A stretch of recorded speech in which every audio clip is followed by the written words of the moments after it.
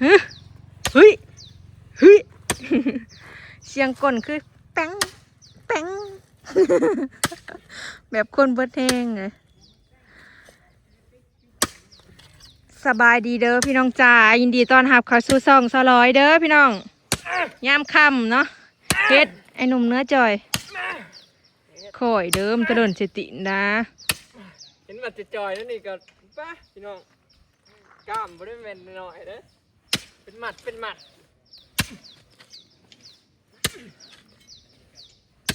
บ่ได้แทกลืมกระลับแมท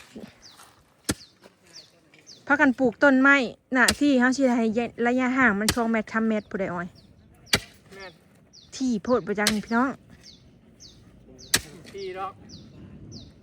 ประมาณทีกันไงมาตาทิพย์ปลูกไหมจักว่าที่โพดเนาะทุกคนว่าแนวใดนี่ยัง3 ต้นนี่นะที่อยู่มาดู3 เมตร2 เมตร50ข้างนี้เขาก็ไม่ได้ปลูกใกล้อันนั่นดอกยันเม็ดปลายห่างห้อยแถวละหาต้นก็ย่ามันปลูกเลยมันใหญ่ไปได้ดอกใหญ่กับมันชิงกันขึ้นรถเลยบุกขึ้นตาทิพย์นอนเป็นกำลังใจให้บ่าวออยเด้อพี่น้องฝนตกใหม่เฮาหาวแม่เฮาหานั่นหานี่มาปลูกต้นใหม่ที่เฮาซื้อมาแต่พุ่นแล้วเฮาซ้ำไว้มันได้เรื่องโอเคเลยเนาะได้ที่แล้วเนี่ยบอกให้คุ้มยิ่งใหญ่คุ้มกว้างเนี่ยจะใส่คุณง่ายหน่อยโคตรเทื่อหนึ่งนั้นเป็นหาพุ่นเป่งน้ำพุ่นน้ำกับเป่งถาเลย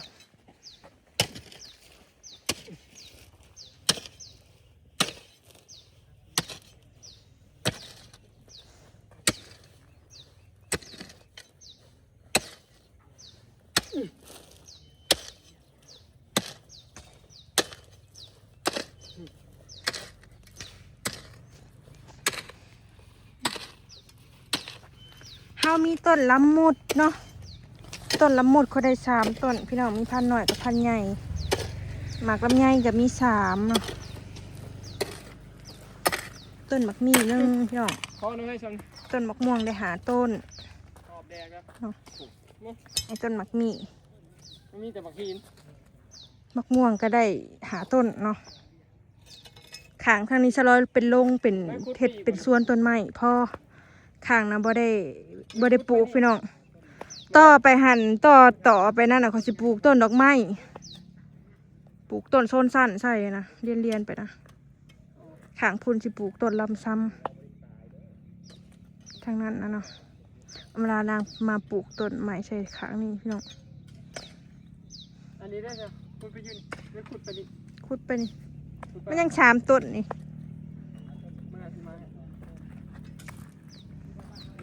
3 เมตรเลยบ่ที่ดอก3 เมตรเป็นคนที่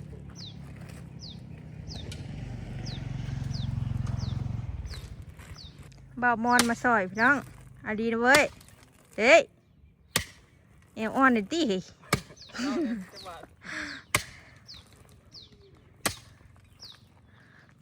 มอนมาซอยพอดีความห่างเนี่ยเข้ามาอันนี้เห็ดเป็นสวนเลยพี่น้องสวนต้นไม้เลยจ้าเห็ดเป็นคุมเรียงห่างก็ประมาณ3 เมตรหน่อยเนาะอ้าวมามันขึ้นก็สิมาเห็ดบอนตู่บอนยังต่างเตียงนั่งอยู่นี่แหละนั่งแบบบ่ต้องใส่หลังคาคือสีงามอยู่พี่น้องได้เจ๊พล่าเอามาซอยมาเป็นคนปลูกไว้มากินบ่กินมาเก็บแล้วค่อยปลูกไว้ซอบ่คอยเป็นปลูกบ่จื้อไว้บ่วันนี้เราสับนี้เนาะบางกี้มันเลิกโพดมันเลิกโพดระยะบกกินเอ็ดปลูกไว้ยับข่อยมาเก็บก็เก็บกินรถแล้วจะกินรถวันนี้ต้นไม้ก็ปลูกไว้ จะเลิกปวด คนมันแห้งหลายเด้อเอ้ยพุดแล้วก็เลิกโพดจริงๆนะ เลิกปวด แล้วก็เห็นมันอ่างไว้ด้วยนะ ว่าสิใส่ต้นช้อนชาติจำคืออยู่เรียนนี่ คือหันแล้วเอาจาก2 ต้นเนาะ2 หรือ 3 ทางเขาซองแก่ที่ใส่อันตัวใส่เกาหลีเดจากซองปุ่มคืออยู่ ต้นสั้นอาจจะเอาเลี้ยงมาทั้งทีป่ะ แม่น งามอะไรเลี้ยงพี่กับงามเลี้ยงเข่ากับงามงามคนละแบบเลี้ยงเข่าเวลาเข่ามาสิเป็นทางเข่าเลยเด้ เป็นชั้นเป็นชั้นเนาะ เอามันจะเป็นคันให้งามนะเด้อเอาจาก3 ต้นเอาเลี้ยงตามกำแพงเข่านะงามกลัวเด่นกลัวว่าเอามาแล้ว ถ้าอย่างกายเนาะ เพื่อนเขาเลยเป็นสั้นมันเลี้ยงเข่าเพื่อนเขาเลยเด้เลยแล้วทั้งพี่ยังแน่มาเป็นสวนต้นไม้อีกได้ เพราะว่า สวนต้นไม้ยังสีงามอยู่ทั้งพี่นะ หมดตกคนปลูกนะเขาเห็นต้นช้อนชาติเขาปลูก เอาใส่เกาหลีไว้ทั้งพี่เลยเอาโซนสั้นใส่กำแพงเลี้ยงเข่างามเลยว่ะเอาเวลาเขาอยากมาเคยเห็นเสน่ห์ก็เห็นต้นสนโลด เฮาขี่รถเข้ามาเนาะ คือเข่าคือบ้านอยู่ต่างประเทศเห็นดิ เขาสิมาเลี้ยงเอา ทางเข่ามัน ใหญ่ นี่ ดอก ต้นใหญ่มันแพงมันต้นละ1,500 2,000 เอาต้นสนไว้ทางพี่ปุ๊บแล้วเขาแนมมาแล้วต้นไม้เป็นสีงามแล้วมันสิกลายเป็นแบบว่ามันสิบอกขาวว่ะเขาเลี้ยงตามกำแพงน่ะสีขาวกลัวเขาว่ะ แม่นความเอ่ยบ่ มาเขาอยากมาเขาสิเห็นต้นสนเลี้ยงกันเด้จาก3 ต้นก็ได้3 หรือ 4 ต้นชื่อต้นน้อยมาเลี้ยงเอามันแพงเลยต้นบักใหญ่ต้นบักเป็น ต้นละ1,000 กว่าบาท 1,500 2,000พูนต้นใหญ่นะ ซ้ำนี่นะซ้ำนี่มันเป็น 2,000ผมว่า ประมาณ1,000 กว่าบาทน่ะ ซ้ำน้ำมือนะ 2,000 ประมาณนั้นแหละซื้ออยู่ในเฮือนต้นหนึ่งพี่น้องซื้อกับเลี้ยงซื้อปลูกอยู่เฮือนใหญ่กว่านั้นน่ะ1,000คือว่าใหญ่กว่านั้นน้อยหนึงนะแต่ว่าซ้ำในเฮือนน่ะมันใหญ่แล้วมันขึ้นสั้นหนึงมันน่าสิซ้ำนั่นน่ะ ใหญ่ 1,000 คือไม่ได้ตอนมาใหม่ๆต้นนี้น้อยกว่านี้ แม่น2สั้นหนึงเดี๋ยวนี้ขึ้นสั้นที่3ที่4แล้ว เอาคาราฮับว่าเขาปลูกคาราฮับปลูกเรียกทั้งคุณนะเอาคิดสภาพออกมาแล้วเขาหยาบมาเป็นต้นเลี้ยง แม่นเอ้ย พอได้ขี่รถเขามาก็เห็นต้นเลี้ยงเขามันก็งาม แม่น เขาเลี้ยงมาทั้งพี่ยังสิมีต้นไม้พวกนี้งามอยู่มันสิบ่งาม เพราะว่าจังได๋เฮาก็มันเป็นทางเข้าเนาะ กูเอาเลี้ยงทางเขาผู้งามกว่า แล้วเพราะอะไรครับเพราะมันเป็นอ่างแอ่งนะใส่พุ่นใส่ปุ๋ยใส่น้ำ ยางเขามาเพื่อนเห็นต้นเลี้ยงกันเป็นเสน่ห์เด้งามจ้ะ ยังอีกประมาณ4-5ต้นพี่น้องนี่อันนี้ต้นยังก็หมักไผ่บ่ต้นอีหยังเนาะละมุด อันนี้ละมุดอันนี้ตามต้นละมุดหวานคือยังนี่ แม่นละมุดแซ่บ ละมุดก้นแหลมๆเด้ กินจนปากม่วงหมดแล้ว ละมุดก้นแหลมๆเด้ อ้าวบ่แม่นบ่ หมักแหลมๆหมักสีน้ำตาลหันเด้ น้อยๆเนาะแต่ว่า แม่นมันหมักน้ำนมใช่ปะกินปากม่วงน่ะหมักน้ำนมแล้วมันสิหมักแหลมๆยาวๆหันเด้ขายเขาขายในตลาดอันนี้มัน ก็ได้วดแบบนั้น เอาคือว่าโหดไว้เดี๋ยวได้มันน้ำซึมเนาะไม่ เขาเอิ้นหมักน้ำนมเลยเนาะหมักอะไร นี่ก็สิเฮ็ดเป็นแบบสวนเลยนะพี่น้องเป็นสวนเลยนะแบบว่าง่ายซะแล้วเอาเตียงเอาตังมานั่งแบบมันขึ้นโอ้คัก แบบมันกึ่งคำหนึ่งมันจะงาบได้ดิเนี่ยมาเป็นมิสเน่ห์แล้วเนี่ยนะ ปลูกไปพี่น้องเอ้ยซ้ำๆเถา อันนี้ต้นอันนี้ก็ ลำไยบ่ ลิจีเหรอ ลิ้นจี่คือว่า ลำไย ลำไยบ่ ลำไยดอก พันอีดออีแดหั่นนี่ต้องเอาไปซื้ออันแถวอัน ในน้อยเนื้อหลายๆเนาะ ในหน่อยเนี่ยละลายอีดอเขาเอิ้นพันอีดอว่ะ โอ้พอซื้อยูเบียร์ใหม่กับเจ้ามันเป็นถูกมันเป็นถุงใหญ่เบิดเนาะ แม่นเขาเป็นถุงใหญ่นะเพราะซื้อมันมีผุ่นลายเด้ ถุงใหญ่เบิ่งเอาออกมากับแข็งแห้งอยู่แล้วพี่น้องเห็นบ่ดินแน่นดินอันนี้ดินบ่แตก ปลูกกระต่ายเนี่ย มันเป็นถุงใหญ่กระต่ายเนี่ย ก็สวยเบิ่งไว้เด้อพี่น้องผู้ใดปลูกก็มาปลูกไว้กินอย่าผู้ใดมาปลูกซิมอนอยากกินก็มาเด็ดเอาโลด เห็นก็มีความสุขแล้ว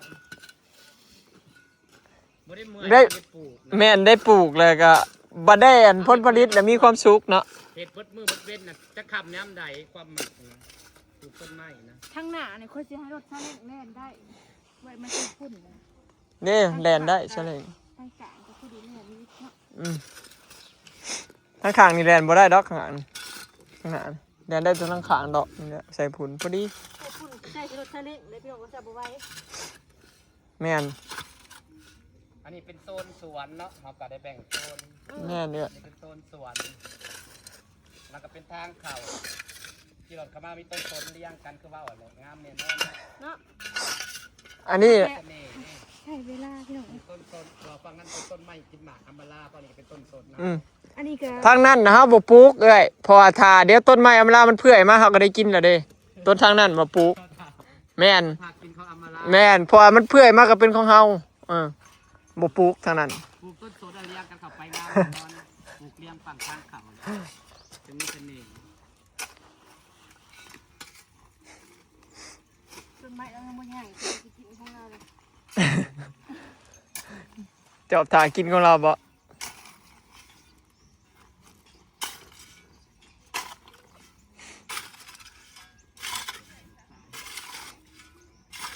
ลูกไปนะพี่น้องพร้อมเฮามีเหือมีแห้งเนาะพร้อมเฮาเฮ็ดได้เพราะว่าปลูกต้นไม้ซุมื้อนี่ก็ประมาณ 2-3 ปีก็ได้กินแล้วเด้มันบ่ได้เหิงคือต้นม่วงอ่ะสลอยกระบอยปลูกก็บ่ฮอดปีซั่นอยู่บ้าน ตัวได้กินรถนี่นะตัวบ่ต้อง2-3 ปีดอกมัน แม่น เด้ดอกมันเต็มเลยนี่นะ เขาบอกกับบัวพา คันเฮาบ่อยากให้มันใหญ่คันเฮาอยากให้ต้นไม้เฮากระบิดดอกออกพอมันออกดอกนะ แม่น ได้ออกมากเลยบ่ใหญ่ได้ แม่นบ่ใหญ่ เลี้ยงหมากมันเบิด อยากเป็นใบ ไปลองเฮาน่ะดกงูอยู่ มะม่วงก็ค่อยปลูกกับสลอยก็ได้กินแล้วเด้พี่น้อง เป็นตลอด อยู่ในบ้านก็ปลูกตอนนั้นอลิสอันจอนสลอยท้องบ่เฮ้ยเจ้าท้องบ่ อาทิใส่ปุ๋ยอาทิเดือดเถื่อเวลางามต้นนั้นน่ะ ตอนอลิสตอนเจ้าท้องเนี่ยเนาะปลูกไว้ว่าถ้าอลิสใหญ่มันสิได้กินลูกว่าทันใหญ่จับได้กินแล้วไวๆเด้ออยู่ในบ้านน่ะแป๊บเดียวน่ะปีเดียวบักม่วง ใครแต่ละมุดเป็นเบี้ยใหญ่เลยนี่นะทานเล่ไปกระตุ้นพักใหญ่ เขาไปซื้อไทยมันเลยได้หลายต้นเนี่ยมันต้น เอาปลูกให้ปลูกเบี้ยนอน อันนี้ลำไยพันธุ์อีดอ3 ต้น ลำไยต้นดูต้นงามต้น ลำไยมันปลู กกดู2 ต้น ต้นดูต้นงาม มันเลี้ยงมันเองไม่ได้ค่ะตรงเลี้ยงคอยใส่มันต้น งามต้นดูต้นนี้งามเป็นต้นดูต้นดู มันสื่อ เป็นราคาเลย เจ้าเผื่อเฒ่ามันสิบ่คืนบ่ต้นละ100,000 200,000 เป็นราคาเลยงามต้นนี้ต้นนี้ เลี้ยงไว้อันปลูกไว้เบิ่งต้นดู2 ต้น เราต้องมีต้นไม้ใหญ่อยู่ในเรือแบบนี้แหละระยะห่างนี่มันก็งามนะกระต้นหนึ่ง แม่น งามต้นดูก็ต้นเดียวละ อันนั้นบ่แม่นต้นดูได้อมัน ปลูกต้นมักไผ่นะพอดีผลมาทำคืนวันนี้ก็ท มันสิมาอีกอยู่ผลแม่นเรียบร้อยพี่น้องทางนี้อันนี้ก็ฮดน้ำพี่น้องปลูกแล้วแล้วก็สิฮดน้ำเนาะฮดน้ำใส่นี่ปลูกเรียบร้อยต้นม่วง4 ต้น5 ต้นจ้ะเลี้ยงนี่4พี่น้องต้นม่วงเลี้ยงนี่ต้นลำไยนี่3เนาะมักมี1แล้วก็ต้นละมุด3เนาะมีแต่3นี่แหละเอาพี่น้องเดี๋ยวสิฮดน้ำก่อนบัดนี้เดี๋ยวสิซอยกันฮดน้ำกับซิมอนก่อนคลิปนี้ก็สิขอเก็บภาพบรรยากาศ3นี้เด้อเนาะพี่น้องฝากเบิ่งคลิปฝากเป็นกำลังใจให้เด้อเนาะรอติดตามตอนต่อไปจ้าว่าจะเป็นยังไง